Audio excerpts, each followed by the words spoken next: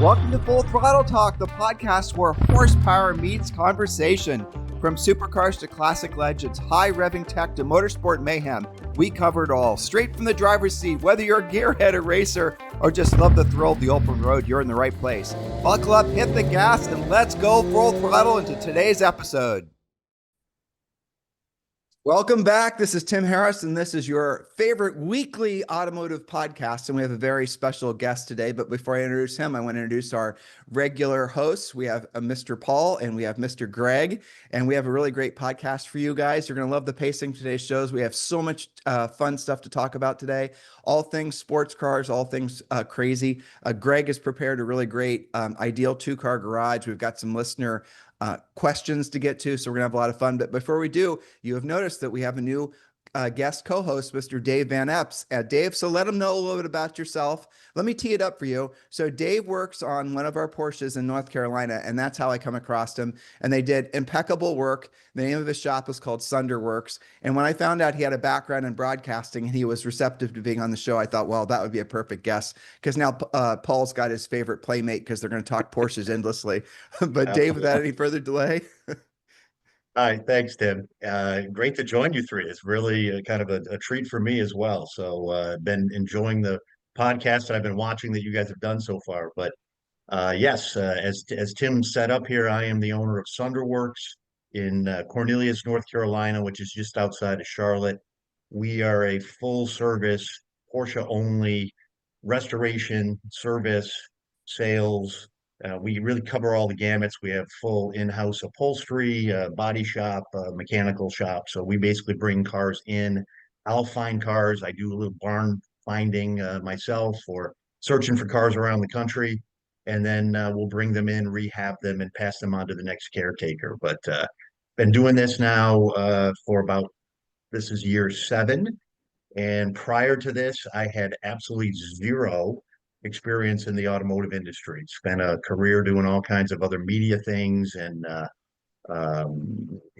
sales and all kinds of fun. But when it came right down to it, I had what was going to be my fourth act, and I decided I want to throw it all in with Porsche. So that's kind of what we've done. Got a cool spot here, and happy to talk about all kinds of car things, though.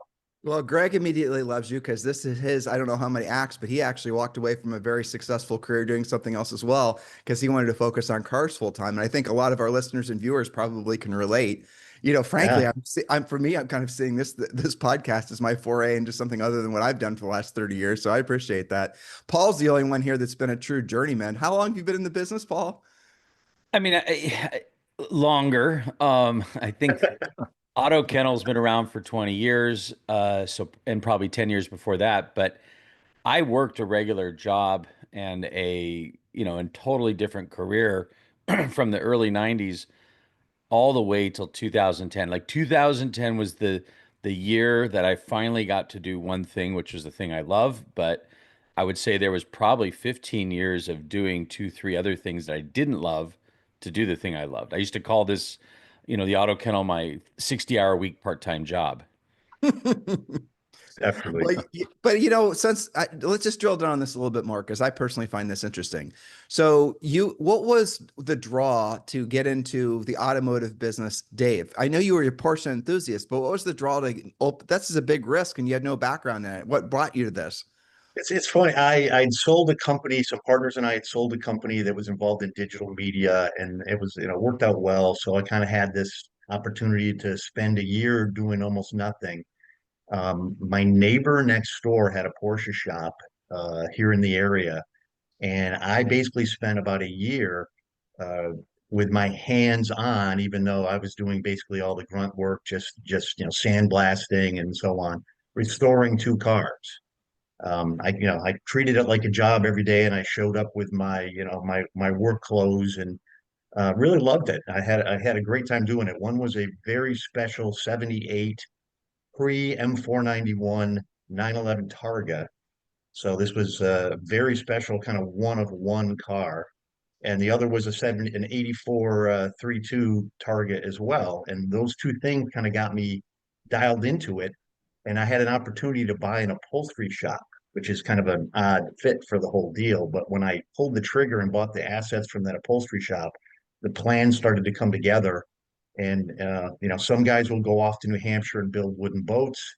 I in turn decided I was going to throw all in and restore Porsches and so on. So acquired this building that we're in here and started bringing in the team. And so I acquired three separate businesses locally that were all kind of struggling: body shop, a mechanic shop that specialized in Porsches, and this upholstery shop. And that was kind of the genesis of Sunderwerks. That's awesome. Dave, it's kind of odd to think that with no background, the entry is upholstery, which is, as you know, is probably one of the most difficult things to undo. Insanely hard to find talent that wants to do it. No one wants to do it. I mean, every upholstery shop in Costa Mesa is basically, small ownership operator, and I would say the average age is in the 50s. And I'm watching them close down, and literally, and here's the irony is, at least 3 or 4 times a week, I get a call from someone looking for upholstery work. A lot of it's just little, and we have a upholstery guy next door to us, and I am so protective of him. I won't let anyone use him unless it's Yeah, worth his exactly. time, because I Yeah. just don't want to burn him out. I look at him, he's got X amount of seats left in him, and then he's done. So I want all of them. What are the signs for that? X amount of seats left. How many seats do I have left in me right now? You got a dozen, Greg, easily. Oh, Easily, okay. yeah. Well, it is definitely the fascinating. hardest. Oh, Yeah. go ahead. It's definitely the hardest thing to recruit for. There's no question. I'm fortunate at the moment that I have 5 full-time guys that are here. All we do is Porsche seats. When I bought this business, it was doing hot rods. So let me tell you, rule number one: you cannot make money doing hot rods in upholstery. There's just too many hours that goes into that. And the business really started to flourish when I moved away from doing all the custom stuff and moved specifically and exclusively to doing Porsche interiors. So we do Porsche interiors. I have color changes on brand new cars that I get from the dealer, inserts and things like that, as well as people are just shipping me seats, from all over the country. And we work with a number of other good shops kind of in the Midwest and other places that ship us in stuff. But it was, had I known now, or had I known then what I know now, I probably wouldn't have done it, Paul, right? I mean, it wasn't the best business decision ever, that's for sure. It's much more of a passion thing than it was a business decision. Well, but I want to bring out so you guys have gotten to the point where you're making a lot of your own panels and pockets and whatnot. So if you go to Sunderwerks and check out his website, I didn't know you guys were in business less than 10 years. I never would have guessed that, considering how successful you've been. That's amazing. It's come on quick. I mean, we've never had to do any advertising. I think we're just in a really good market for Porsche. I think we're in a good spot in the country here in the Charlotte area, and people just found us right away. Never had to do any advertising whatsoever. Well, that's the ultimate branding. And yeah, I'm not going to get on a soapbox, but in my main industry, and everyone's trying to sell real estate agents into believing they have to spend all this money building a brand, where the reality of it is this really good work is all the brand you need, So let's move forward. Let's go with personal updates. I'm going to start with Greg, because I know he is right now in one of the wealthiest enclaves on planet Earth, and he better have some cool car stories for us in Greenwich, Connecticut. Well, unfortunately, I don't have anything great from Greenwich right now. I visited 2 places yesterday, but neither one really panned out. I can tell you about that maybe next week. But I will talk about last week. I was in Dallas, and I came across the rarest muscle car in the world, and I was offered to drive it. So I know I texted you guys. I think I put something on Instagram. But if you had to guess, I don't know, Dave, the other guys know what the car is. What would you guess is the rarest muscle car in the world? Some kind of Mopar. Most people would say that. So the Hemi Mopars, they made 42 convertibles from the Hemi Cuda. I think there were 11 convertibles with a 4-speed. The rarest muscle car in the world, as far as I can tell, is the 1971 429 cubic inch Mustang convertible. They only made 4 of them. And I was at the leading expert of 71 Mustangs, and he had 2 of them, and he let me drive one of them. So that was awesome. So what's something like that worth?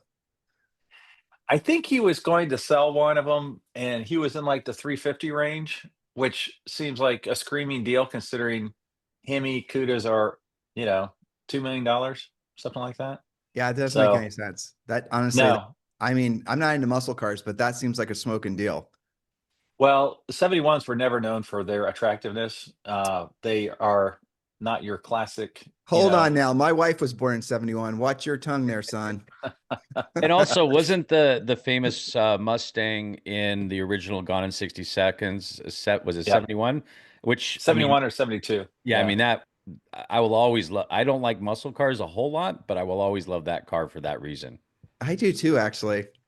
I And like that them famous if scene they're. of the famous scene of going with his wrecked one into the car wash, and there's happens to be another one just like it coming out of the car wash, and then just screwing the old lady with, getting arrested in the wrecked one. If you haven't seen the original I Gone in 60 remember. Seconds, I mean, it was here in Los Angeles. It was famous for, literally the guy destroyed a Cadillac dealer, and all his inventory. I mean, if you ever watch the backstory of it, it is absolutely nuts what that guy got away with. We should do a pod about crazy car movies that people want to watch. I was sharing with you guys last night. What was that Charlie Sheen movie about stealing Porsches? Oh, No Man's Land, Yeah. which was based on some truth here in LA, Oh, for sure. dude, it's based on a lot of truth. So we're going to take a little meander here just because you guys will appreciate this. If you've not seen this movie from the 80s, it was Charlie Sheen. I don't remember the other actor's name. Really, He was one of the Rat Pack or the Brat Pack from the 80s. I forgot. yeah. But Emilio. No, that's his brother. Andrew something. Andrew. Yep. McCartney. Yes. Good Yes. job. Very good. Anyway, so have you seen this movie, Greg? It's basically the gist of it. It's stealing Porsches. No, and last night I didn't respond to your text messages because I was asleep and I woke up to 19 Oh, missed no, messages. it's no problem. Yeah. So, but just so you know, the movie's super hard to find online. No, but you can't even buy it anywhere. Have you ever seen it before, Dave? I have. Yeah. Well, so here's what I didn't know. When we got out to Southern California, and this is when I originally met Paul, and this was a long time ago, I didn't realize that the whole damn thing, like I'd say 20 or 30% of it was based on stuff that happened in Southern California. And I'm not going to mention names because some of these people I don't want to, frankly, piss off. But there was a group of I almost said something dumb. There was a group of, let's say, a family that was notorious for stealing Porsches that also started an all Porsche salvage yard. And so the story was loosely based on that. And I found that out from a very reliable source, Mr. Marco from TLG. And but what was also interesting is now you're gonna have to help me remember, Paul. What's the shop that's up in LA that makes really good backdated 911s? You'll have to help me. He makes his own parts, got a great reputation, not super expensive. Oh, Just start throwing out names. not TRE, not David TRE, yes. Okay, yeah. All right, so TRE, I was telling him this. I was telling him about that movie, and then he looks at me like I'm dumb or something, which I could be. And he then said, they filmed that at my old shop. Did you know that? Yep. Isn't that crazy? Yeah. Anyway, yeah. So I'm one of the guys that it was supposedly his family story was based on. I bought a car from him, and it was an 89 Speedster with like 1,800 miles on it. Should have kept that car. And we did the transaction. I really liked him. He was very nice. He was selling the car because he needed to pay for a new deck. And the deck that he definitely needed to be replaced. It was this massive 3-story deck overlooking this cliff, and it was terrifying.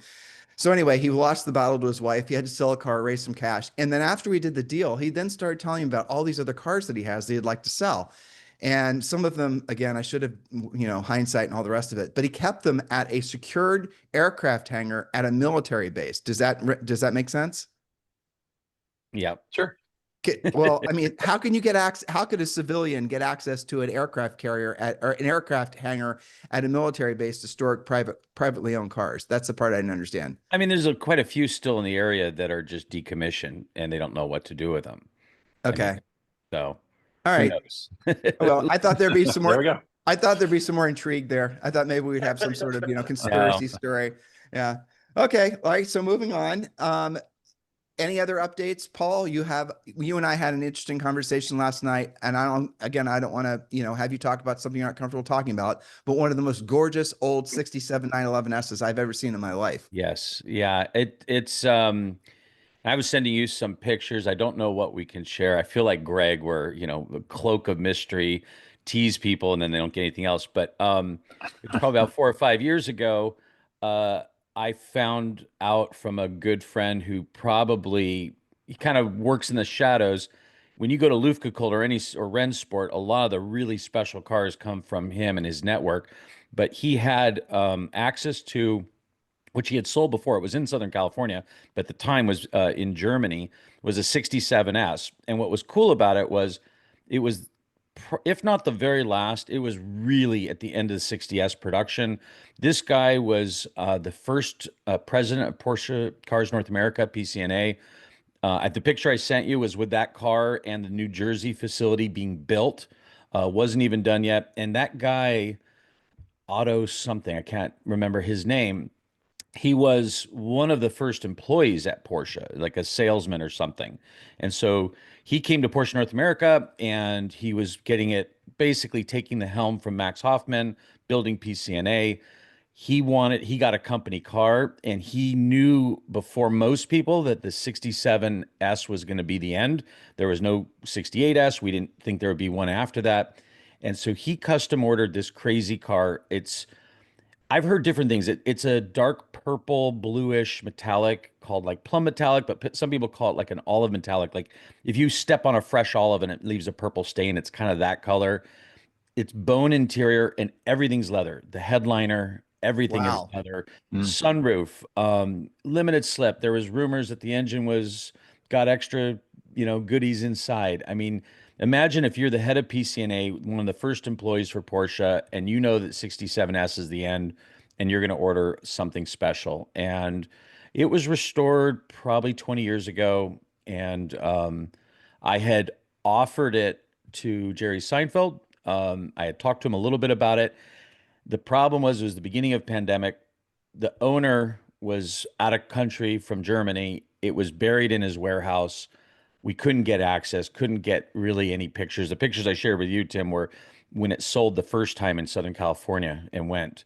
But it's so now it's at our shop getting detailed for the next owner, who I think is in Southern California. So I'm really hoping to get to know the owner, maybe let him take me for a drive or I drive it. So we'll see. Well, just from the camera phone pictures you sent to me, the car is just absolutely stunning, gorgeous. And as soon as that thing comes out, we publish the pictures here. You put them on your Instagram. You're going to see all kinds of people copying that color because it is stunning.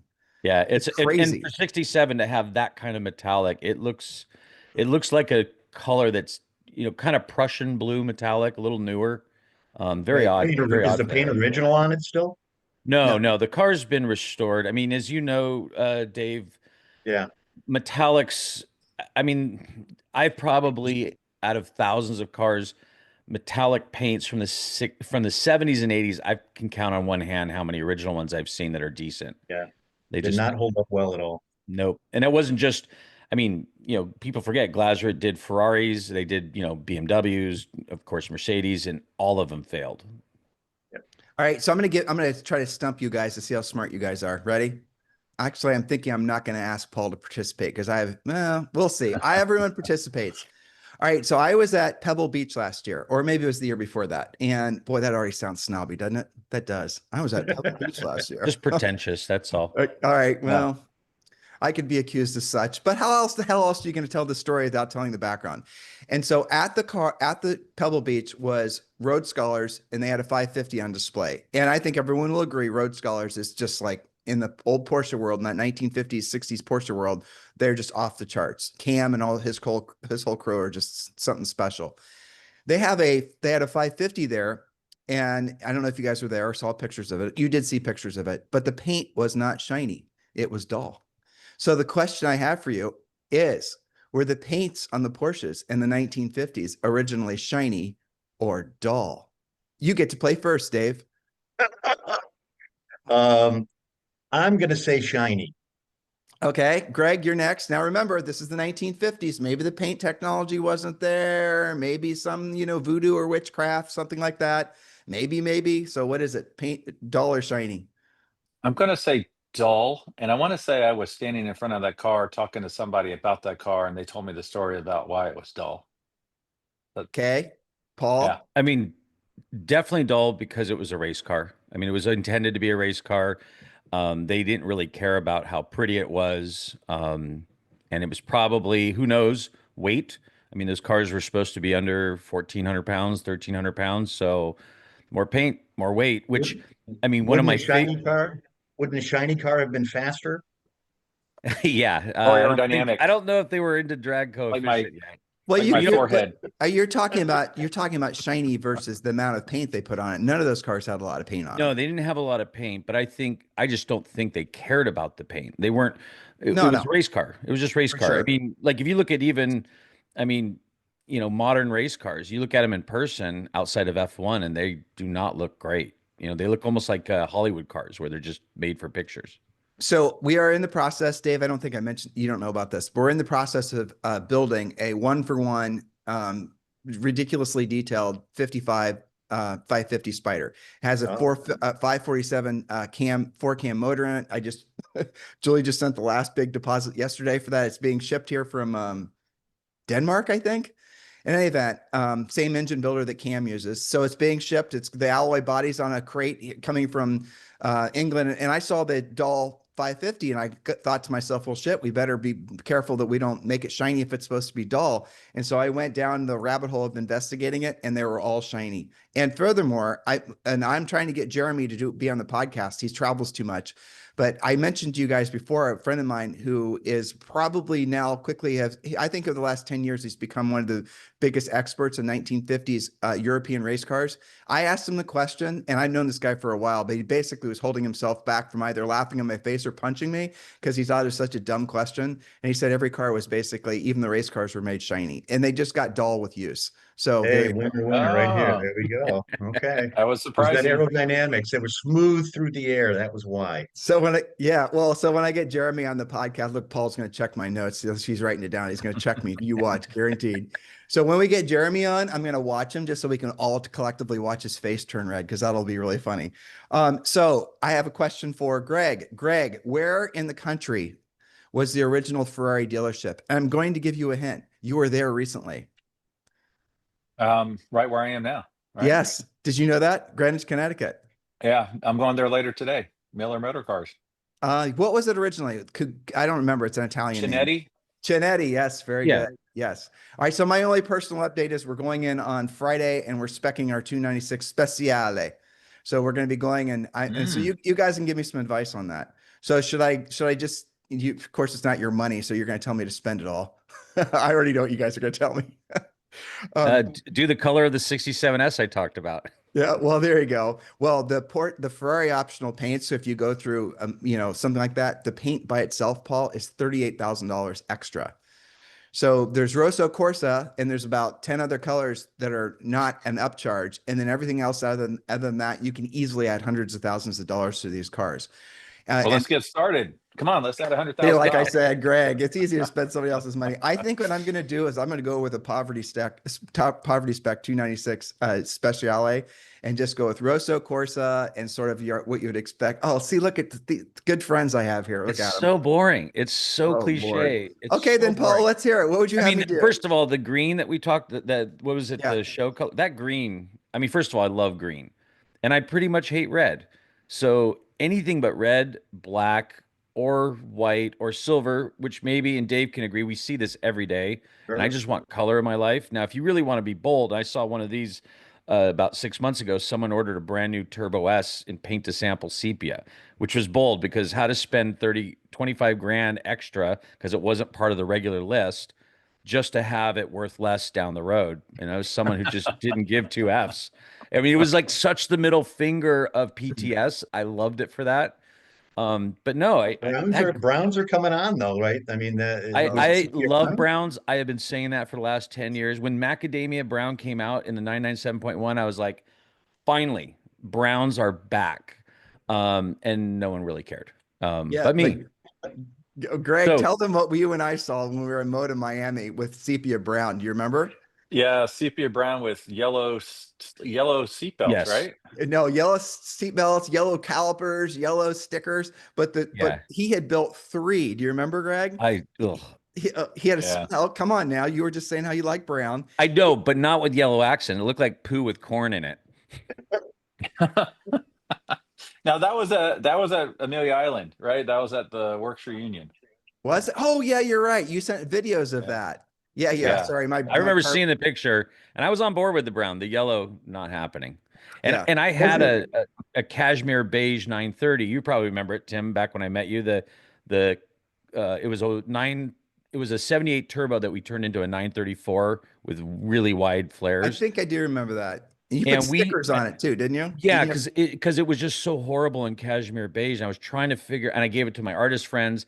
And one of the guys who did our logo at Porsche, I asked him like, what will go with it? Literally, it's hard to accent brown unless you do a different shade of brown. And we ended up doing a pig theme, the pink pig, but we did brown with darker brown, and we did it in cow cuts instead of pig cuts because it was I brown. remember when you were Sure. doing all those crazy cars. Yeah. That was crazy. Yeah.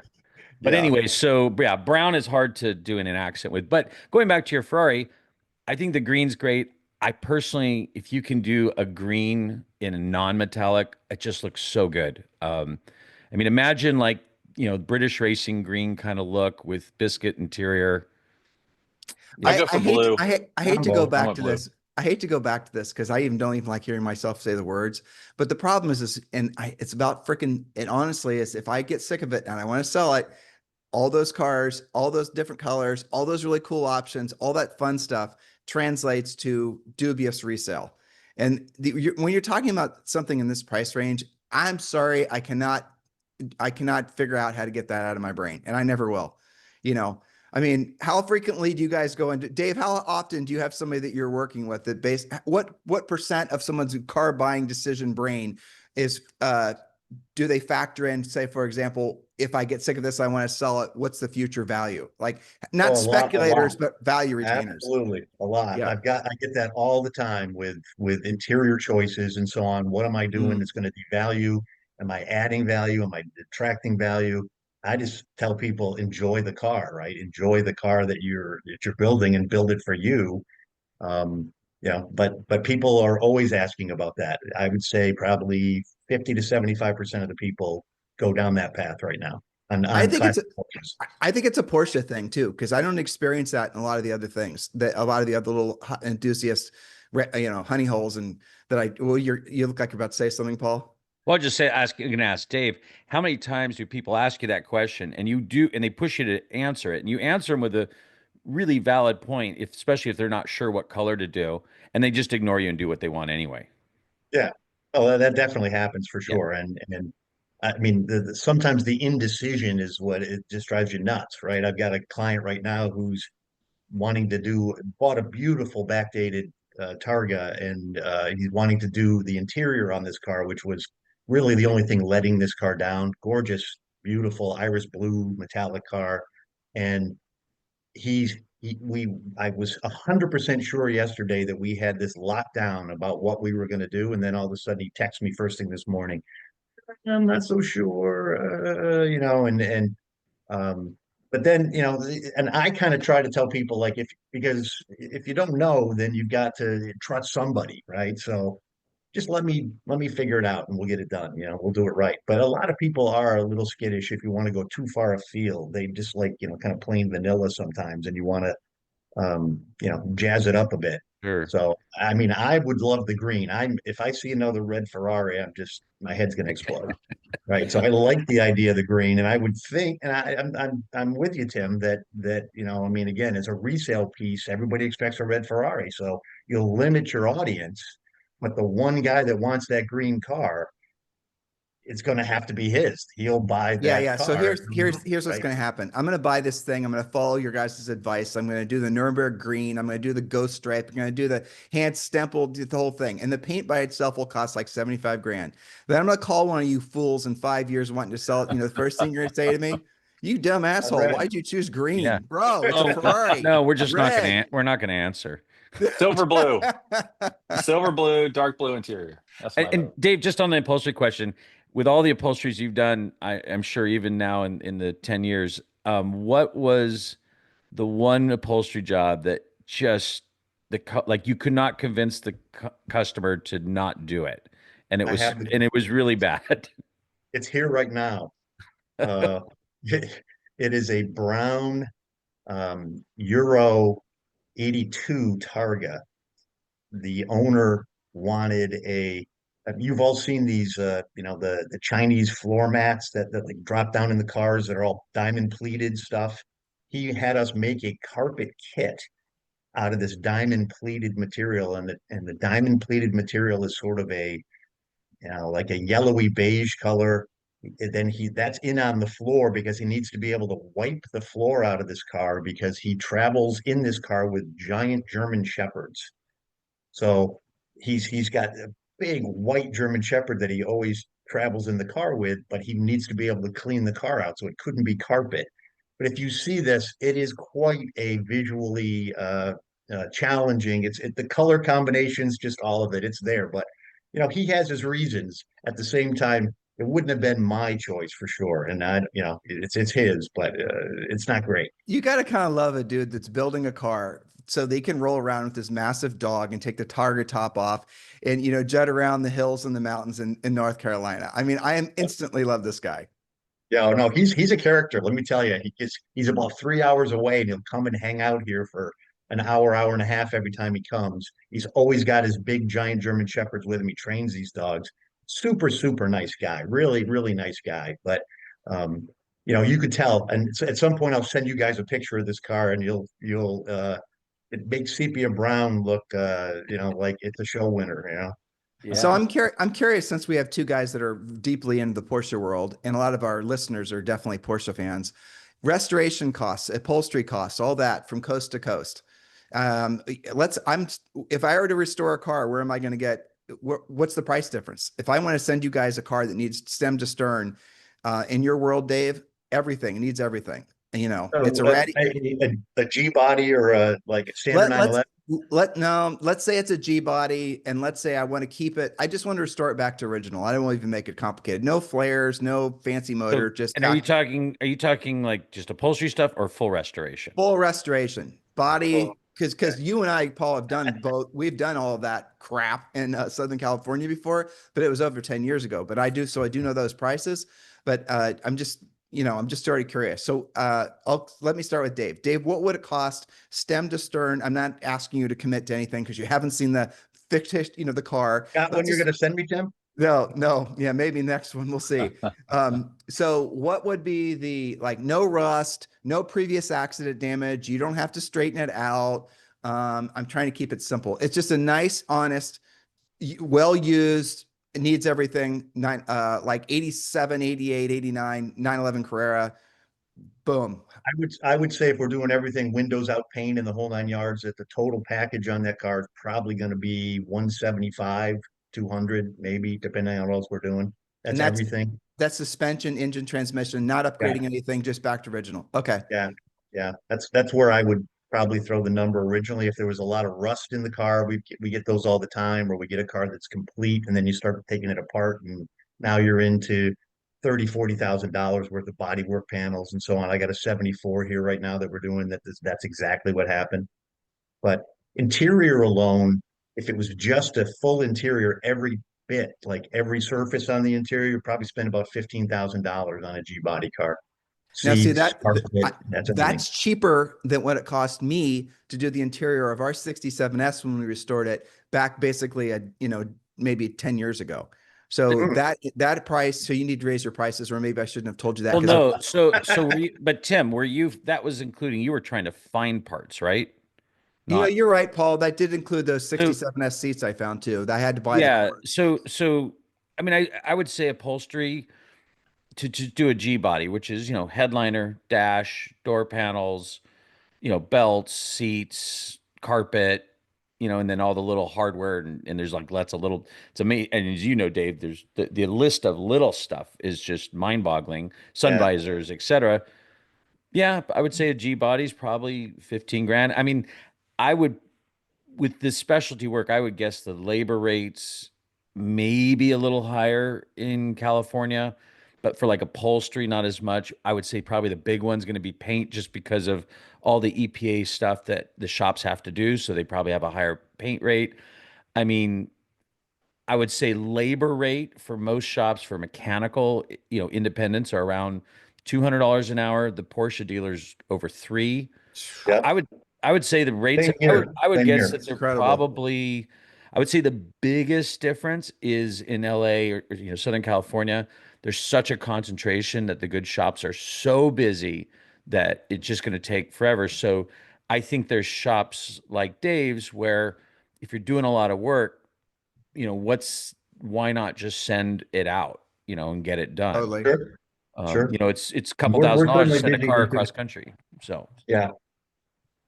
Well, people Yeah. don't understand that. People don't understand that the good restoration shops, even if you're having an interior done, their backlog could be well over a year. And to get a full restoration done, and I don't know what this is true in, the East Coast, but on the West Coast, that project is probably going to take at least 2 years. 5 years now? Holy tamale. That's just incredible. I mean, what's everyone thinks 2 years, but by time it's done, it's 4 or 5 years. And that's with the owner who's acting like a GC and pretty much on top of it. Because I think it's harder and harder to find a shop in LA that'll do everything. Yes, they will, but there's going to be an area they're not great at.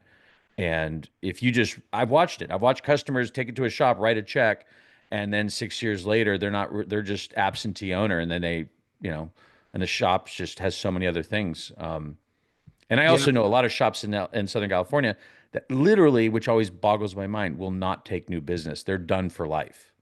Yeah. Wow. That's it, Wow. which is crazy. I hope I never have that problem. Well, I Yeah. mean, but these are small. I know who you're talking about. These are small shops, usually guys with, shops with fewer than 20 employees, and they don't want to overwhelm them and burn them out. And none of these guys are spring chickens. And so that's basically the decisions that they made, is just have a limited number of customers. And I was talking with Emery Rod, and they have a lot of customers that are repeat customers. They'll do a car, bring a car back. And so when you work on when you have a really good past client list, basically, you can just serve your past clients, and maybe over time, maybe 10% and then 5% are new customers, because you're just, working with your old customers. That's kind of the perfect business, if you ask me. Yeah. It's like recurring That's what revenue. Only it's not. Yeah, That's the basically. goal I'm trying to get to. I would say a third of our cars are from customers that we've either sold a car before or the same customer. Yep. And All right, and let's move on, guys. Let's talk about this or that. Is everyone ready?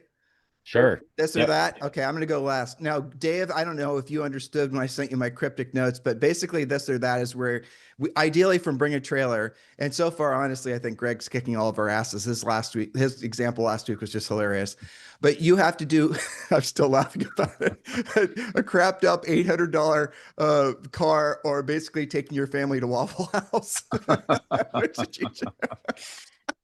Oh, sorry. That was Let good. me go last then. Okay, I'm not going to go first either. So, Paul, that leaves you. I'll go This or first. that. Okay. And this is something I love to just constantly pick about, because I absolutely hate it, is if you've gone to Bring a Trailer, the coffee table engines are getting, there's more and more of them. I don't know why they think they're cool, and some of them are horrible. So here's a perfect one. It's a Porsche 928 engine. I don't know, it closed a week or so ago.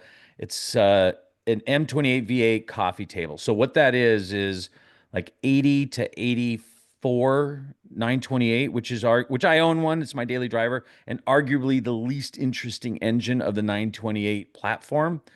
And what's worse is this guy sort of restored it, so it has this weird manifold which looks like pasta getting squished out of a pasta maker. Bingo. Yeah, it's like the little grinding the pasta out. And they painted the block Gulf blue, and then the valve covers and the manifold Gulf orange, which with the Steve McQueen 20 number on it. I mean, here's the irony of it, is there's nothing about that motor that is Steve McQueen. It is so sorry, Hershey's hot rod, like cliche, and it's okay, and it sold for $8,000. Or there was an 82 928S, probably something that motor came from, 5-speed manual, black. It had 97,000 miles on the replaced odometer. It had BBS style wheels, which in gold. I mean, it looked like a piece of crap, but it ran. I watched the driving video, and it sold for 8,200. So do you want the car that actually moves, or do you want the worst looking coffee table? Hmm. The 928 though, right? Both, yeah, 928 engine or the actual car that it probably came out of that How much runs. more work do I have to do on the 928 after I buy the $8,000 Oh, 928? the typical, buy a 911, you spend 10% in the first year. Buy a 928, you spend 100% in the first year. I'm gonna. Absolutely. I think the fair answer to that question is it really truly depends if you're married, and what the strength of your relationship is with your spouse, because both decisions are bad. Yeah, Because you, both decisions. I don't imagine a spouse on board with either one. that's what I'm saying. So I'm just sort of calculating which would be. Yeah, I'm not okay. So Dave, your answer is this or that. You have to choose. My answer's got to be I'm going with the coffee table because I know what's going to happen on the back end with the rest of the car. You don't No, even you see, you take the car and you take it to a safari rally and you destroy it, and you have one great weekend of memories versus years of looking at the ugliest coffee table. I have an '89 S4 myself, so I know the cars, and we probably got four here right now that we're doing work on that my techs just hate these cars because they're just so, so truth be told, I would probably go for the running driving car. If I wanted the motor out, I could yank it myself and make my own coffee table. But I was trying to be controversial, Paul, just because I knew you would want the whole car. Yes. poking Paul and try to get him riled up is a fun activity we do on the show, but rarely does it Oh, work good. Oh, good. This will be because he's too enjoyable. damn smart. That's the problem. He sees us coming. All right, Greg, your turn. Well, I was going to pick the car until you guys talked about all that because my wife, I don't know, I'm switching. I'm going with the coffee table. Yeah. I have a place in the basement I can put it. I can see it. I can enjoy it. She won't have to see it that often, but she likes car themed stuff, so I think she'd be okay with it. The colors wouldn't match though, so we'd have to change the Gulf blue to something more fall color, probably. How I'm do going to you go with move that around in your house? Well, we'll sell it with the house. it's funny you guys said that in real estate. If when you've been in real estate for long enough, and I haven't sold real estate for forever, but the one thing you always have an opportunity to get for free as a listing agent are pool tables and hot tubs, dining room sets, and Oriental rugs, because nobody wants them. And bad upright pianos. Oh, totally. You're right. That's the other thing for sure. So, yeah, actually, the number one agent in Greenwich, Connecticut, it's an old coaching client of ours, Greg, and Robert Johnson. And he had so many of these things from these ancient mansions and Oriental rugs. And the local consignment shop didn't want them anymore. So he started taking them and putting them in a storage locker. And now the storage locker is full because people literally didn't want them. And some of these were, hypothetically had a lot of value. The new owners didn't want them. And so all the tapestries, all the rugs, all the homages to the Victorian era and all that crap had to go. So it was either the dumpster or he had to store it. So if you're ever looking for, listeners, if you're ever looking for some old wool rugs from Iran, let me know. Well, I'll I give you think the hookup. Dave can turn them into floor mats. Oh, I totally. think There we Exactly. go. I saw That's- Magnus Walker had done that recently, and I thought Yep. that was a pretty good. I liked the look of that. I did. I thought that was kind of Yeah. cool. So I'm Yeah. going to go with the car, and I'm going to go for the reasons he stated. But honestly, I got the space where I could store it, and I think those 928s are beautiful. By the way, did you guys see that 928 GTS? I think it's on BAT. It's a manual transmission with like no miles on it. I'm going to watch that thing. That looks exceptional. But I have heard from everyone that's ever, had a fantasy of owning a 928 that they're one of the most expensive cars that you could ever buy because I guess the electrics in them are just a nightmare. True or false? Yes. I mean, I Wow. daily drive an 84, and every time I think we finally crossed the finish line of it sorted, it just does something maniacally electronically weird. And I mean, there was a point where I was going through so many 20 amp fuses for the fuel pump that I was trying to get my daughter when she was in the passenger seat. Imagine this, Dave, because she's a dancer and she's very flexible, to change the 20 amp fuse while still rolling so we can get the fuel pump working. We never got it. We got close, but it was really, it became a game. And I would stop, pull out the 20 amp fuse, put another one in. Folks Yeah. folks We'll have don't a know carpet where all pulled up in her floorboard there, right? So you're Yeah, trying because on to that change side. the slide. it's in the passenger footwell. You pull Yep. the carpet back, so you got to basically Circus Soleil fold yourself, lift the carpet one hand, hold the other. There's a little wood thing. It looks like it's made out of a Home Depot plywood, Probably and then is. and then, but once in a while there was something there that was one was abnormally hot, and another fuse would arc.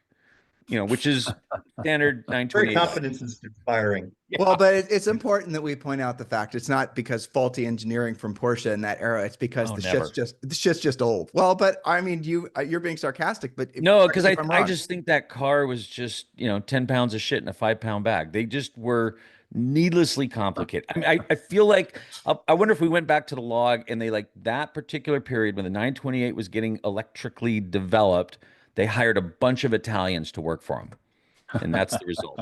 Oh, I can tell That's a your great. caffeine. I mean, that's very, very true. Very true. I can tell Paul's caffeine has finally kicked in. It's early in the morning for him, and he is now juiced.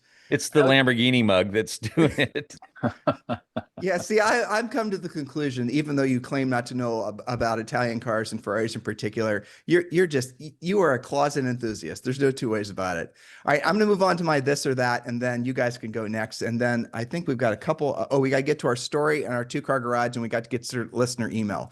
All right, so my this or that, and I have a feeling I know where this is going to go, and Paul's ready to pick on me, but here we go. All right, 7,000 mile, 2015 Chevrolet Camaro Z28. Now, all right, so this is going to be all right. So that had a hand-built LS7 motor in it, had 505 horsepower, had a multi-matic suspension on it, had massive carbon ceramic brakes from the factory on them. We owned one. We owned a white one when we lived in Texas, of course, so the perfect environment for it. And that car was, the interior was what you'd expect it to be. I'm not going to say it was built like a museum piece. It wasn't, but the driving experience of that thing was truly unique. And matter of fact, that car in particular is one of Chris Harris's favorite cars ever, and he owns one over in England. And these sold for basically the same price. Or a 1984 Porsche 911 Carrera, and I'll check the miles because someone's going to ask me. I don't think it had that many miles. Yes, it did. $163,000. I'm sorry, 163,000. Yes, thank you. So 163,000 miles. And a lovely car. You guys can see it. 1984. It's a great shade of blue. Everything about it. And there's nothing not to like about it. It looks like it was really well maintained. Let's assume this car's, the seats look like they've been redone by Dave. The car looks beautiful. So there you go. This or that. What would you choose and why? Dave, you go first. What were the prices? I mean, 50 grand. They're both basically, a fart from 50 grand. So Dave, you go first. Not even a choice for me. The 84 911, not even a close choice for me, especially a blue car. I mean, just I'm much. We use the signal Camaro when we're out on rallies to make sure we tell people that cops are around, and because that's the only other reason we'd say Camaro. So, Oh Lord, you said Paul's trigger word. You said the word rally. Here we go. yeah. we'll come back use to the that same. later. We use Camaro too. When we have an actual Camaro on the rally, it makes it really difficult. Oh, Camaro is what you see. Okay, this car's got a sunroof. I just clicked through. I thought maybe it was I'm not. You're going to go last, Paul. All right, Greg, because I already know your answer. Greg, your choice. Come on, Greg. I'm gonna pick the Porsche. I got two V8 rear engine cars behind me, so I'm gonna pick the Porsche, and I'll budget to get that engine rebuilt when it needs it. I think it already had been rebuilt. All right, Paul. I dare you I to say mean, Camaro. no, I'm not going to pick the Porsche because I have an 86. It's the same thing. I've driven one of those Camaros, and actually of that era, besides the Cadillac, CTS V series, which is similar era, which is I think similar engine, maybe I can't remember. There's also the Chevy Impala SS manual, which was like the sleeper rental car looking thing. I've driven both of those, and they're actually great. And just to have something different, and I have enough stuff that needs to be fixed in my life that car, I'll send it to Dave. Well, he won't work on it, but I'll send it to Dave to have him fix the crappy GM interior. But I was going to say the exact same thing. Refuse. yeah, All of that's a really sudden the downside of that car is just the interior is like a Tahoe. Now Dave's saying, "Oh shit, we have a 5-year waiting list." Sorry, Paul. Yeah, no, I'm booked for life. Can't do it. But we're not taking any new customers. I would definitely take the Camaro over that old Porsche for sure. That car is a brilliant driving experience. Those cars have, I don't remember the size of the wheels and the tires on it, but those cars came with I think what was it, P0Rs or something, like the tires with no tread from the factory. They're super sticky ones. They're squared on the side so that, to enhance handling. It was just a cool car. It was fun. And the other thing that's really nice about those cars from that generation is that you can modify them and it's not that expensive. And everyone and their brother has a scan tool for an, one of those things. And it's not a big exotic, wait 3 years and, bring over a nice bottle of champagne and I'll give your car an estimate kind of thing. So there you go. That's my opinion. All right, there we go. Moving on. All right. Do we have any, do you guys want to do this or that? Greg, do you have one? I've got one. Okay, This good. one will be pretty quick. Okay. All right. So this is kind of two real world things. That 1982 Porsche 911 SC that I'm not buying because it keeps going up in price. Let's put the price point around 75, let's say 70 grand. Now let's call it, let's call it higher mileage. Let's call it 100,000 miles. Paint the sample, Gemini silver, dark red interior. And the other one, which I wrote in last night for the first time, and I was surprisingly impressed at the sticker price, but also the car, the new VW ID Buzz van, 70 grand. That thing is really nice. I was shocked how cool that car was. It's much larger than I thought it was going to be. The sticker price surprised me. So would you take the new VW ID Buzz, which I think is really cool, or would you take an 82 Porsche, higher mileage, but possibly PTS color? I mean, Did you let's go did ahead. you say that car was red interior, Greg? You said it was Gemini Yeah, blue it's like with red interior? dark red. That's a red. killer combo. Great combo. I mean, I would almost take the ID Buzz if we got the short wheelbase, but because we got the ugly long wheelbase, which kind of kills it, and I love SCs. I mean, they're really a special experience, and it's a cool color. SCs, that's an easy one. What color was the ID Buzz? It was white with like green highlights and off white yellow accents on the white interior. Oh, nice. Okay, most of those I'm seeing because we're about to do one. It's kind of Porsche, so we're going to do some interior work on one here. But most of them are kind of that plain Jane color, like whites or blacks or whatever, and they haven't really done a nice job importing the really poppy colors on some of them. So that's great. That said, because I've now crawled around inside of one, I'd still go with the 82, the 911 SC. 100%. I should never pick a Porsche as a this or that. There you Yeah, go. well, but it's a good benchmark though, because I'm not sure how many people are shopping 911s against vans, but Paul's answer was the right one, because the short wheelbase van, I don't know if Greg, if you looked over in the European version, it does look badass. The only problem, obviously, is it's all electric, and who knows? I'm yet to be convinced. My neighbor's going to get mad at me for saying this. He actually came over and tried to talk me into electric cars after he listened to our last podcast. So on Hill, if you're listening, I'm remembering our conversation. Okay. So the moral of the story is that I am yet to be enthusiastic about electric cars because I just cannot see those things not being throwaway cars. That's just it. And I don't think they're going to have much of a future. Whereas now you're comparing it against a Porsche that's basically more than 30 years old. I mean, think about that. I don't know. Nostalgia, I suppose, wins me over. All right. Tim, I've got a quick this or that, if you don't mind. I want to. Yeah. No, I was ready for it. Yeah.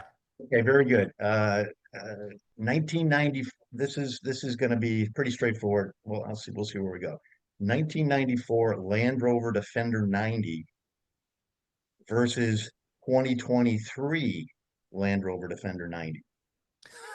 That's pretty damn good. That's really good.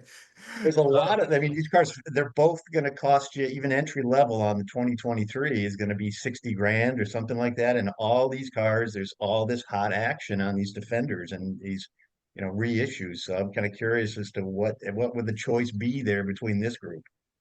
Could I go first? Yeah, go.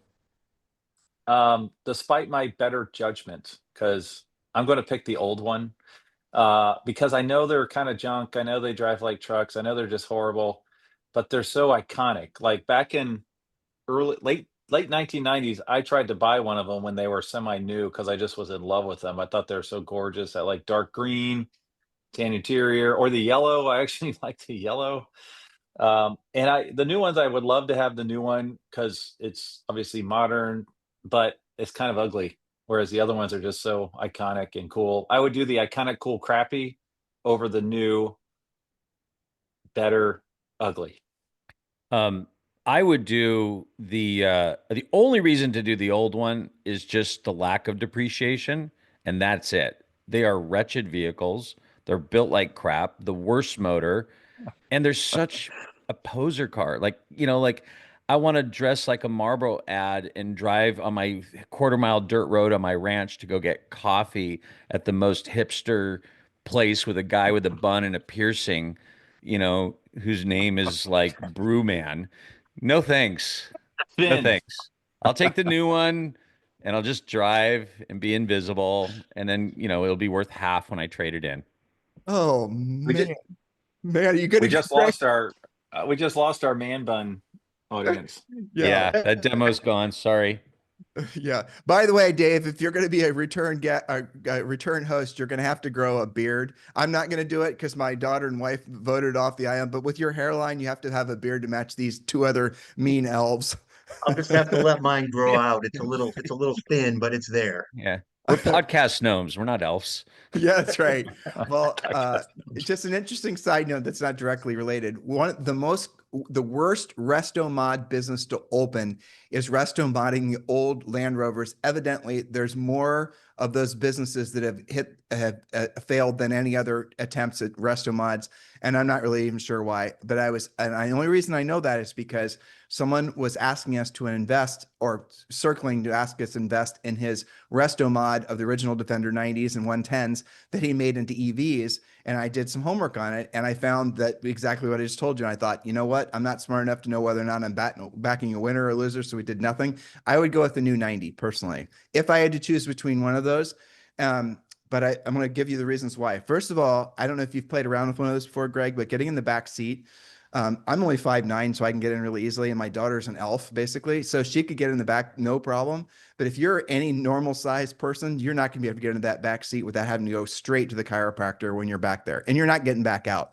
So that's the downside. I personally think it looks kind of cool. But as far as we had a Range Rover. As far as the poor engineering and the mechanical problems and the electrical issues, it turns out that's part of the legacy of the charm of owning one of those, because it carries true from the old ones to the new ones. Did I say that Did I say that correctly? Yeah. So getting a new one doesn't save you from the old one's problems, is what I'm trying to say. Yeah. Imagine pairing that with a 928. Perfect two-car nightmare. Perfect. Yeah. If you like public transportation and walking. That's right. All right. Did everyone do their this or that? I think they did, right? Yep. All right. Those are pretty good. Pretty good for a rookie, Dave. I have to say that one surprised me. I appreciate it. Do you guys want to do auction results, or do you want to move on to the two-car garage? I'm Let's good do with the either.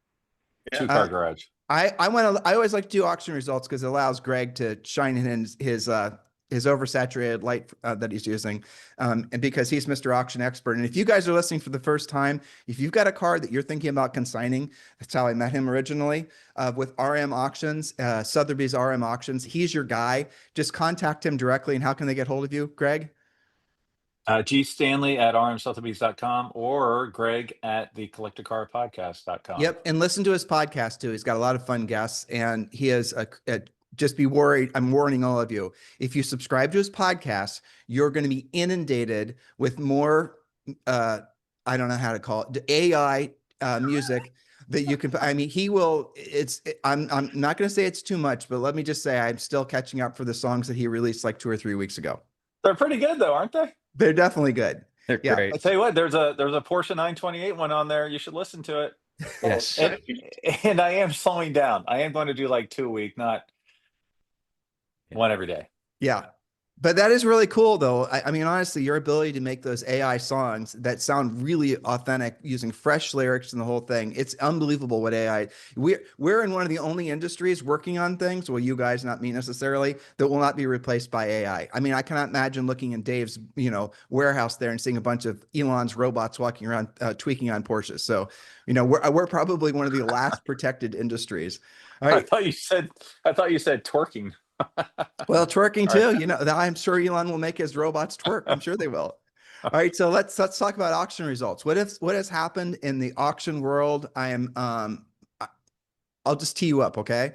I'm noticing that, and I'm expecting Paul to, I'm noticing that the upper end stuff is still going batshit crazy.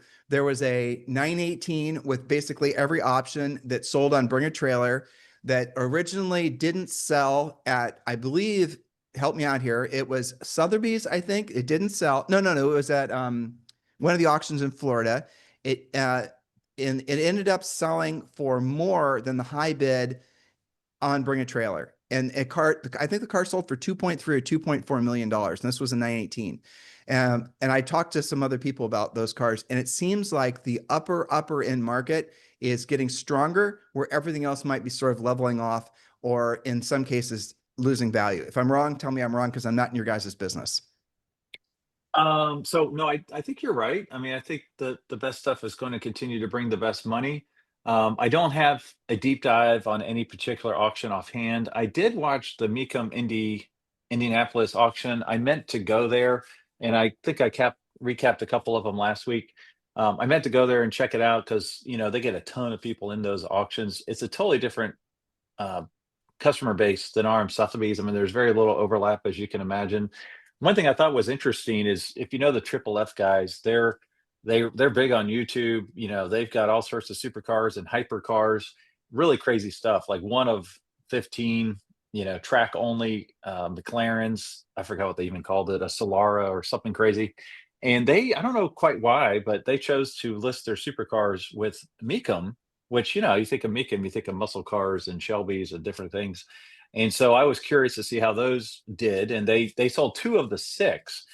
So I'm not quite sure what's going to happen to the other 4. So I'd like to try to get them for Monterey if possible, but we'll see. Once the car runs at auction and no sales, it kind of resets the caliber for expectations. And so, if something no sells at $1 million and you wanted 1.5, there's no way you're going to get a reserve of 1.5 now, right? It's just the way the market is. So I thought it was an interesting place. I don't know that I would go to necessarily some auction houses to sell hypercars. I think you have to be pretty specific when you're trying to, for everything. I wouldn't necessarily take certain cars to certain places. Barrett Jackson does an incredible job with resto mods. Yeah. So I thought that was interesting. I'm curious to see where those cars end up because they're definitely identifiable because they've been all over their YouTube channel for a few years. Any big, huge cars that you're hearing that are going to be for sale at any of the houses in Monterey? Anything that you're hearing rumor of? I can't say. There is a couple big cars we're going to have. I'll let you know as soon as I Greg can. loves the teeth. He'll tee us up. He'll talk about it, but then he won't tell you. Bro's all about the I'll teeth. tell you if I can. We do have an incredible. I'm having like bad high school flashbacks every time. We can have a new segment, the Greg Automotive Lap Dance section. Let's not call it that. We do have a yellow F50. F50. Nobody, that's a cool color, right? Yeah. I am looking for a Speciale A 2014-2015 Ferrari in yellow. What's the Italian word for that? Gallo. Or white. You're talking about the tricolor yellow. And I'll tell you that the guy who orders all of his cars, and I know he has one exactly like what you're looking for, is Michael Fuchs. And I know you know him. And right, mattress guy, right? And so he definitely, I've talked to him a number of times. Such a nice guy. Orders all of his cars from TaylorMade with Ferrari, and they're all tricolor. I wish I remember the proper Italian name. Of course, it's got some beautiful sounding name, but that would be if you have a connection through RM. That would be a guy for sure that has one. Well, and we did announce this big collection of Alfa Romeo race cars, which is really interesting. Yeah, there's some very beautiful ones. So if you go to RM Sotheby's right now, basically it's the F50 and there is a really nice black on black SLS Black Series. That's a future collectible. I think is really soft right now. Those are trading upwards of $800,000 to $1 million. We have one of those coming to Monterey. I think the estimate is $500,000 to $600,000. And if you want one, that's the one they have. Black on black Series SLS. Is that one of those cars that people buy because they really think it's amazing? Or is that one of those cars that people buy because they're speculating because everyone says it's going to be the next biggest thing because it's similar to a 300 SL? Like I have no desire for one of those. I have a desire for one of them because even though I think they're a little ugly, like the front nose is so long, when will Mercedes ever do another Gullwing? And I just think it's such a cool car. The engine's great. The interior is great. Now, if you listen to Johnny Lieberman, he says the SLS base is junk. The Black Series, they got it right. That's the one they have from a driver's perspective. But I think it's mostly speculators, honestly. Yeah, I'm not going to argue with Johnny Lieberman. He knows a hell of a lot more about this stuff than I do. It is interesting that he doesn't like the base SLS, though. That's fascinating. Yeah. Yeah. So anything else, like as far as you're taking consignments, you mentioned the world's most expensive muscle car. Anything else, like any market trends these guys, the listeners and viewers, need to be aware of that you're finding fascinating? It seems like muscle cars are declining right now. If you look at Haggerty, just had their one of their recaps, like 15 cars to keep an eye on, and two of the cars that were declining around 14% are the two cars behind me, the Mustang and the 60s GTO. So I was like, oh, well, that's depressing. But I'm not in those for money. I'm in those for fun. So, yeah, I think. Paul, how about you? Go Anything ahead. you've seen that's hit the auction results or sale that you thought were, any trends you're noticing? I think the enthusiast grade cars that don't check all the boxes are not the rare colors, super low miles, insane options, just like good enthusiast cars. I think they're a value. I think we're gonna look back and go, this was sort of the 2017, 2018 time period after everything exploded in 2013 through 16. One of the cars, and it's a guilty pleasure, I love 997 Targa manuals. Super rare. Most of them are tip or PDK. I mean, if you really want rare, a 997.2 4S Targa manual. I mean, we're talking less than triple digits produced for North America. They had a little bit of a spike during pandemic, but there was one that sold, I don't know, a week ago or less. I'm bringing a trailer. It was an '07 Targa 4. All the Targas were wide bodies. They were 4 or 4Ss. It was, black, 40,000 miles, 6-speed manual, and it sold for $40,000. I'm That's sorry, nuts. sorry. It sold for $48,000. That's Still under crazy. 50, which is crazy. And it looked to be a good car. And if you look at the 993 Targas right now, which are such inferior cars, they're kind of garbage. I'm not sure, Dave, if you had the pleasure of working on the interior of one of Oh those. yeah, And I mean, the as headliners well alone are as garbage. the top. The top is a nightmare. Yeah. And here's the best thing about Targa, which I have wanted to find a shop that's willing to do this. But if you haven't seen the 997 era Targa, the glass window opens up like an old Corvette. So it's so like for rally people to be able to not reverse berth your luggage between the back seat, folding the seat forward and just open the glass and drop it in. I mean, imagine an early long hood or an 80s G body where the glass opens up with the same kind of hood struts. You drop your luggage on the parcel shelf or the rear seats and you close it. No more chiropractic bills. But anyway, 997 Targas, they're lovely. And I love the people who argue, oh, they're really heavy. Most people are too fat and too poor of a driver to ever notice the deficiencies of the weight on top. But when you drive one in the canyon, like raining with the top closed, but it's like a glass bubble. It's just cool. It's a really cool car, and I think they're underappreciated. That's incredible. Yeah, I love that. Dave, anything in your world that you're noticing that you thought was an interesting market trend? Well, I'm kind of watching a specific auction going on right now and I'd love to get your guys' opinion on this issue with former race cars, former Porsche race cars in particular. I'm looking at a '67 910 that we actually have some history here with at Sunderwerks. That's currently up for auction on BAT, and I think it's been at a couple of other auctions, back to Paul's point a minute ago, where it didn't hit reserve or it didn't really get any interest. But this one it's sitting at about 1.5 right now. And I'm pretty sure the owner's hoping to get about 2 million for this car. So it's literally closing in the next 2 hours. But I've been watching this one because there's some controversy about whether or not this chassis number is really the only chassis number. This is like, I think it's 910 001. So one. Well, let's we've talked about this before, but break down what you're trying to say because you're doing it very elegantly. You're saying that there might be two cars with the same VIN number. Well, I think that's what even Bring a Trailer is calling that out, right? That whether or not there's someone else who's claiming to have 001 and it's unknown they've done a nice job documenting the 001 authenticity of the car that's being auctioned. I'm just curious as to the overall market for these race cars and what the value proposition is in the long run as an investment. So I look at this one and go, okay, here's 910, it's 001. It's supposedly got some, Nicky Lauda prior driving, so on and so on. Where do you think that market is going? Is it on the rise? Is it stagnant? Is it declining? Because a lot of these cars, you look at the Jerry Seinfeld 917. Obviously, that was a giant history and very special car.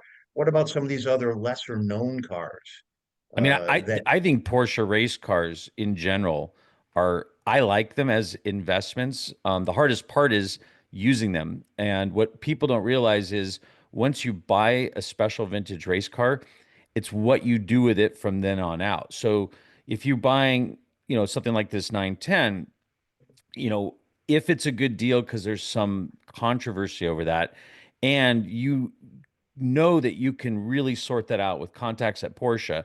And then the next thing you have to do, which is really hard, is make sure it's ready to run and put it in specific, significant events with the right driver. Even if you have the hubris that I'm a good driver and I want to drive it, you're probably better off putting a Hurley Haywood in a car, someone of period. And then you start, and it sounds weird because these are, vintage races like, Monterey, Rennsport or Rennsport Reunion are a little bit like WWF. They seem a little staged, but like you do win them. If you suddenly have this 910 that Hurley Haywood and Pat Long and other significant winning drivers drive and they actually win their race, now you're building provenance. And so I personally like them. And original paint doesn't matter. The stupid odometer doesn't matter. Numbers matching doesn't matter. Literally all the things that drive values on street cars. I mean, that as Sports Car Market, forgot the gentleman's name, he had said, these become immortal cars. Like they're literally a VIN book, a VIN number, and a log book. So I like them. And and really my thing is, if you look for the most recent race cars, like let's say 991 Cup cars that did something significant. They won their class at Daytona or they won the championship but they're too new to be vintage and they're too old to be competitive. historic? And you look at some of these cars and they're going for 100 grand and you sit on them for a while. Well, it's worth noting that there was a great interview. I don't know if you guys listened to the PCA podcast, but and we talked about this, I think, on Full Throttle Talk last week. But you can plate those cars. There are ways you can take those old race cars and you can actually put license plates on them and drive them on the roads. Now, I'm not suggesting you drive a very, fragile, Porsche 910 on the road. But if you live in a part of the world, yeah, exactly. I'm with Paul on that one. And I don't know if I drive it in Southern I California. mean, look at Jeff Swart does with his 906 or 90, Yeah. 908. Or no, 906. He drives that everywhere. I mean, he does. And there's, going back to our friend Cam at Road Scholars, they have events for those cars that are road events. And Yeah. a 910, you can drive that on the street for sure. No Dave, problem. how'd you Yes. have that car? What were you guys doing to that? The car came in here. The gentleman who was importing the car from Germany, Mm. one of my former mechanics, a 75-year-old, my first employee that I hired used to work for Porsche in Germany, built the 917 motors and so on. And he was helping this guy kind of get this car running correctly and so on as they were bringing it in. They wanted to take it to Amelia Island to show it a couple of years ago. And so the car was here for some, we just had it in and my guy at the time, Martin, was doing some tuning on it. So cool car. I mean, beautiful, beautiful car. I'll be really interested to see how this goes down in the end. From a nerd's perspective, I find it very appealing. From an auction perspective, Greg, what do you think? I know you've been looking at your screen for a well-studied answer. What do you think the value holds for these things going forward? I think if it's got the right race history, it's in the right condition, like anything else, and it's got the right pieces, documentation, it's not put together. There's no question. I think they're soft right now. I think that will, they're not going to appreciate anytime soon, I don't think, but they're so special, they're so rare, and the people who want one, they want the right one. And so if they can find one that clicks all those check boxes, I think that will always maintain But value. you just said the thing I think that will ultimately create problems for this one is if there's a VIN number in dispute and someone's got the money to spend $1.5 million on what is elaborate garage art, they're probably going to be wanting to spend even more money and get something that's going to be no, Mickey Mouse on it Yeah, no whatsoever. questions. Yeah. Yeah. And I do have one quick update for you. We do have that May sale I mentioned to you for Arm Sotheby's kicks off probably right when this is posted. But that 1982 Porsche 911 SC I told you about, the unrestored, all original family, 13,000 mile black on black car just posted. So go on there and look at it. Go through until you see the undercarriage pics. See what a cool car this is. And two more real quick. Not mine, but my client's 63 Corvette split window is on there again, black on black, 300 horsepower. Interestingly enough, automatic, which most people don't want. I drove that thing for the photo shoot, and I really enjoyed an automatic Corvette. I was shocked. And then the last one, just because it's quirky, 1959 Mercedes-Benz O319 minibus, blue and white. This thing is awesome. I would love owned to one have. for a very short period. They're weird. They're They basically are the weird. overinflated 23 window VW bug or bus. Yeah, I'd much rather have the Mercedes.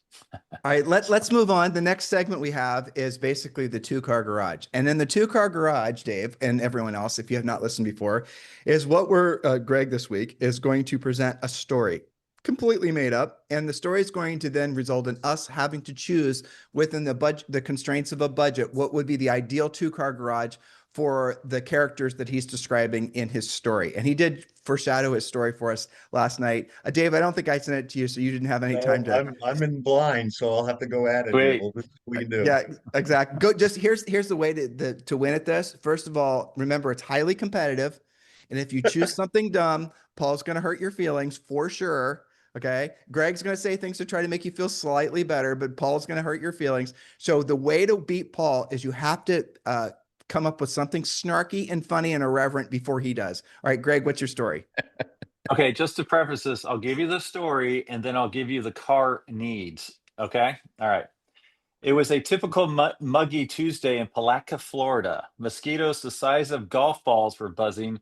Their dirt roads of Gator Run Trailer Park were freshly rutted from the last rainstorm, and Cooter Ray Jenkins was halfway through stocking the canned peaches aisle at the local Winn-Dixie when he got the call.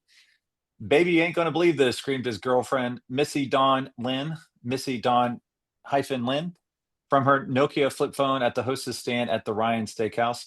"We hit the damn lottery with the scratchers, $100,000. So Cooter Ray dropped a six-pack of Bush's baked beans and screamed so loud old Miss Crenshaw in aisle 4 thought the rapture was finally here.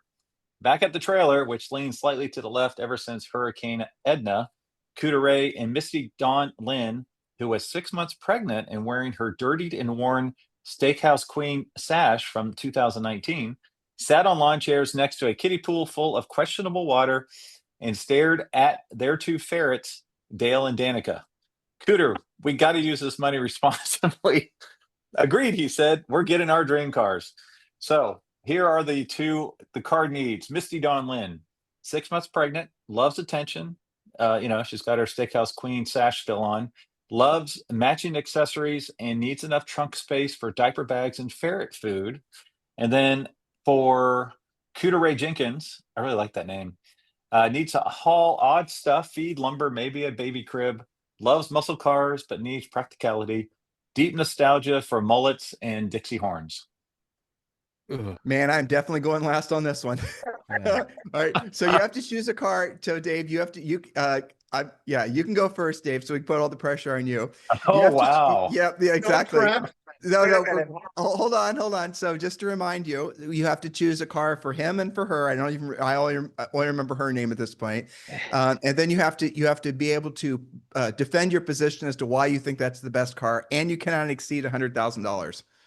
Oh, you got to let Paul go first just to give me a minute to put something together here. Dude, he's just going to say 911. No. Good luck No, with that. promise. With I mean, do you Missy really Dawn here. picture Dale and Danica, the ferrets, in a 911? No. So That's the best name ever for ferrets. classy is where we're going. And what starts with C from classy? Cadillac. It is. Oh. They are a bow tie family, and they are going to have something from the 60s, a Cadillac DeVille convertible, big seats. You can just throw the ferrets in, throw the kids. You can throw the whole neighborhood in the back seat. It's going to be in like a aqua green metallic or a light pink metallic or something. So that's going to be their classy car, and it will hold everything. And then they're going to have also, which by the way, those are anywhere between, for a really good one, 40s to 30s to 40s kind of range. And then they're going to have a late model Cadillac Escalade, like a 1 or 2 year old or even new. I think it's going to be Whoa. used because they're going to get it from a someone who didn't make the quota for Mary Kay, but it was already pink, and it's going to be fully loaded. I mean, not exactly a donk, but 25-inch wheels for sure. It's going to get the attention. It's going to hold everything, ferrets, family, whatever freak shows they have living at the trailer park. So, and those run like a brand, like a 1 or 2 year old, Escalade, anywhere between 60 and 70 grand, depending on what you get. So, Greg, I have a question for you. Be honest, was this a little bit of an autobiography when you were writing this? Yes, I grew up in Northern Florida. I worked at Quincy's Steakhouse. Told ya. How'd I know I it? always wanted a ferret. Honestly, I never had one. Okay, now Dave, you got to go next. I'm going to go last. Okay, fair enough. I'm gonna struggle with Missy Dawn Lynn's ride. It's not clicking with me. But I think Cooter Ray might be candidate for a Hummer H2, Ooh, the pickup version though, because he's got to haul his goods. that's a Possibly very good call. Yeah. Possibly an Avalanche though, with that fold down, the whole fold down bit. So I think Cooter Ray is gonna be in fine shape there. Um, Missy, oh man, I'm having a hard time with Missy Dawn. I think with the pregnancy, she's going to need some room. She's got to be able to haul her groceries. She's got to have something which is safe, although she won't worry about it too much in terms of some sort of minivan type vehicle. I'm not sure it's a dream car, but I think Missy Dawn is more practical than Cooter Ray. So those would be my two choices. Not particularly great, but I need more Okay, prep. Tim. Hmm. I'm going to go with, for Missy Ray, your Mustang behind you.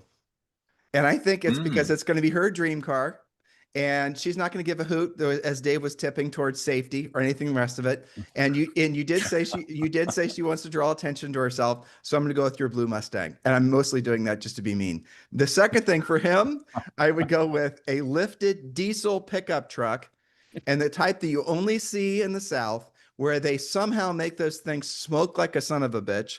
Wherever you're around them, everything looks like you're basically on the Rolling coal, baby. exactly Rolling rolling call. coal. And I don't care how kick-ass your freaking air filtration system is on your modern whatever, you are smelling that crap. But this thing is lifted. Now, he's a lottery winner. So Does it bros, have bull testicles hanging from the back? duh. I mean, of course. Carolina Okay. squat, the whole 9 yards, right? It's got the And he's Carolina going to have squat. massive chrome wheels on it with tiny ass little tires. This is just a show truck. And then off the back, you can tell I've seen this truck. Off the back, he's going to have two big ass flags, and one's going to be the American flag, and it's going to be slightly smaller than the Confederate flag that's coming out the other side. On brand. Okay. I've seen these before. All right. And again, the Mustang for her. That's what I'm going to go with. Maybe a Mustang convertible. Okay. All right. Those are all great picks. Before Tim, you picked the winner, right? Before you pick the winner, I do have, so I crafted this on my own. It's from some of my history growing up in Florida. Then I put it in AI to smooth it out. AI named Dale and Danica. That was brilliant, I thought. But it also came up with answers. So for her dream pick is a 1987 Chevrolet Camaro IROC Z, T-tops, loud and proud styling, red paint with eagle decal, totally boss for blasting Skinnerd on cassette. And then for his, they picked the 1978 Chevrolet El Camino SS. Now, what's funny is that didn't take the $100,000. So it came up with the rest of the winnings. What will they do? $1,200 for ferret racing outfits. Are you using Grok? This is like a grok answer. By the No, way, not- AI picked bow ties. They picked Chevrolet for both of them. Just noting. $900 to tattoo Camaro dad on Cooter's left calf. $27,000 for a new trailer that came with its own above ground pool. $5,000 for a maternity shoot where Misty poses in front of the Camaro holding a jug of sweet tea and a spark plug. And lastly, $35,000 left in savings, which was promptly spent on 10,000 scratch offs and a limited edition Dale Earnhardt snow globe collection. Oh, how do we compete with that? That's not even fair. AI that's- wins. That's That's a so winner good. right there. You know, for now I'm sure. realizing we're all screwed from AI. Maybe I was wrong. Holy crap. Oh my gosh. That is too All right. funny. I mean, AI is not supposed to be funny. Your damn computer's not supposed to make you laugh. That's not right.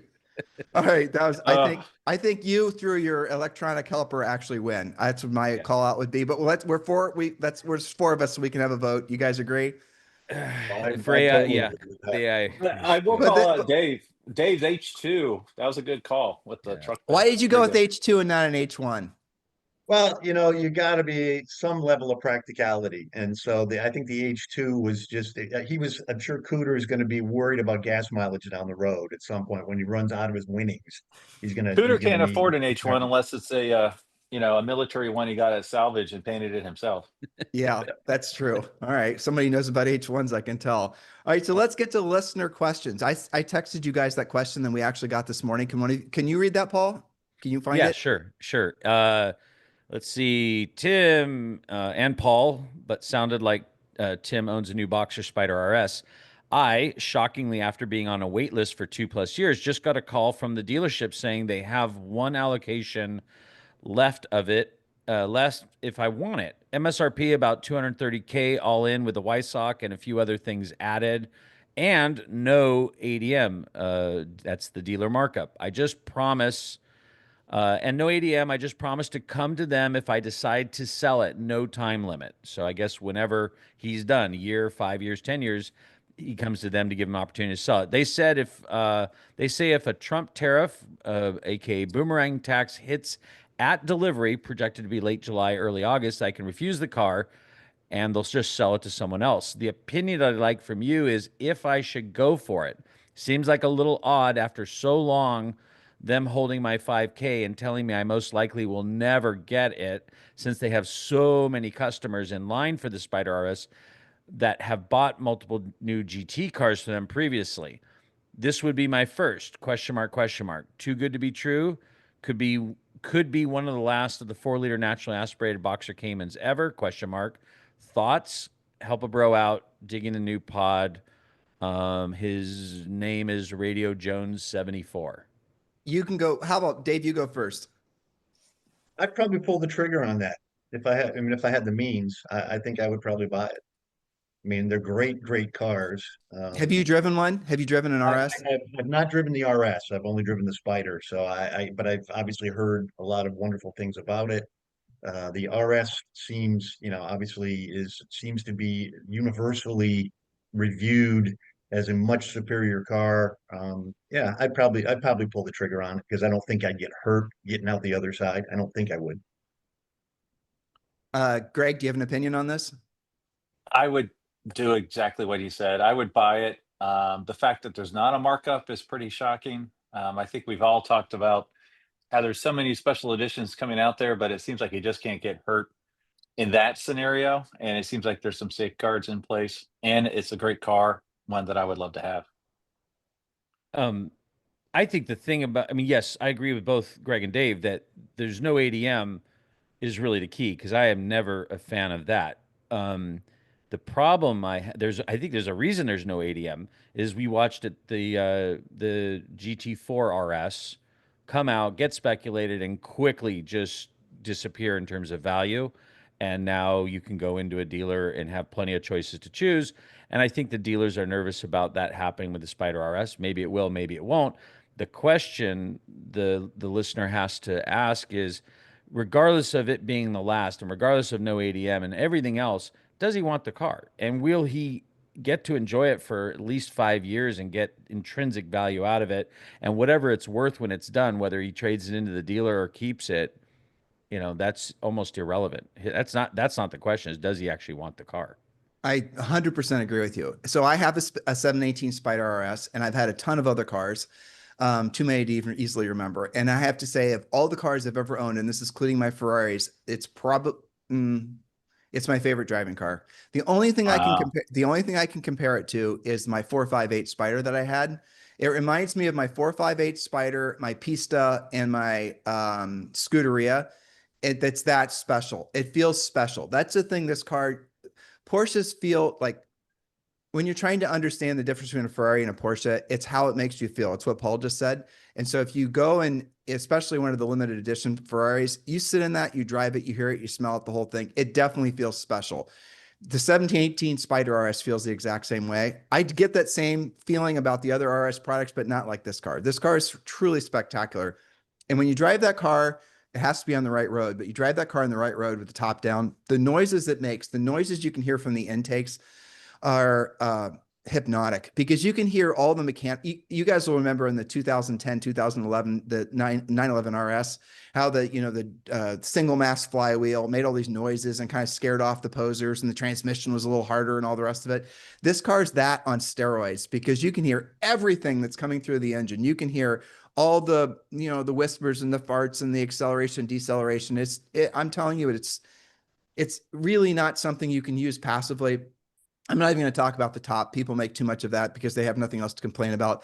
And as far as the use case for it goes, it's definitely a special occasional car. It's not that much fun with the top up. The car does have the option of not putting the rear window on. So when we were driving it for Car Week last year, we had the top on, we took the rear window off, and you could still hear all the car noises. But if you put both of those on and they're just temporary, the booming inside the car just from all the noises is really too much. So top down, perfect car, perfect road. There's nothing better. And I will say, though, these cars are now selling for the same price as a 2019 911 RS. And so you owe it to yourself to go drive one, because those cars, I have to think, for this price, they're definitely solid values.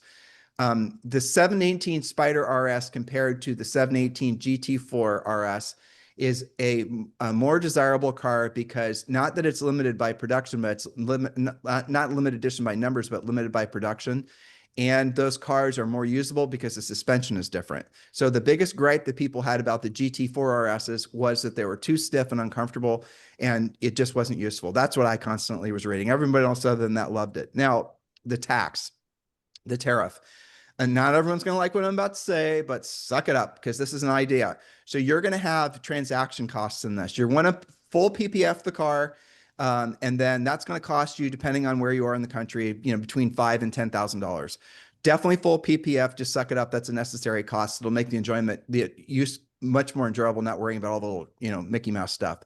And then as far as if there's a tariff, as far as even if with sales tax goes, you might want to register it in Montana. I know, Montana, ooh, boo hiss. But then you negate the sales tax. And if you still get stuck with a tariff, which will probably be 10%, whatever your sales tax is, maybe you zero out whatever that expense was. So that would be my suggestion. As all these guys said, absolutely get the car.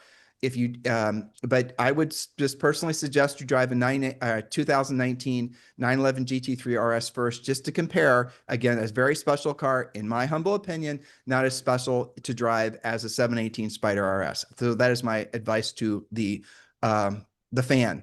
Any trailing thoughts on any of this? No, you good? I think you nailed it. Yeah, I agree with all of those things. People have to buy things because they want them, and they'll get enjoyment out of it, and not worry about the exit strategy before they've even bought the car.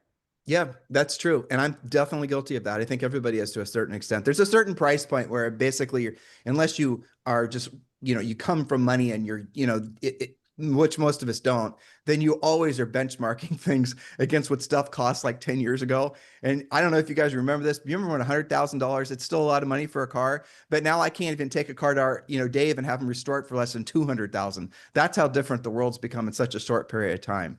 All right. So guys, listen, thank you for joining us for today's Full Throttle Talk. We obviously thoroughly enjoy the podcast. So Dave, I'm going to invite you back whenever you want to come back on. Well, happy to come. It's been a blast. Hopefully you like the rhythm of things. And by the way, thank you for getting our Albert Blue RSR running. I'm embarrassed that it was the spark plugs. That just is me being a shitty owner. So I apologize for that. I am guilty. But in the meantime, thank you. Do like and subscribe if you have not already done so. And please do us a favor of sharing the podcast with as many other car nerds as you possibly can. We are spending a lot of time on this, mostly out of passion, but we'd certainly like the ability to share it with others. So you guys, thank you for listening. And thank you all of you. I know you guys have to get back to normal life. And we will sign off for today as soon as I find the exit button. All right, there we go. Have a good day, guys. Thanks, guys. Bye.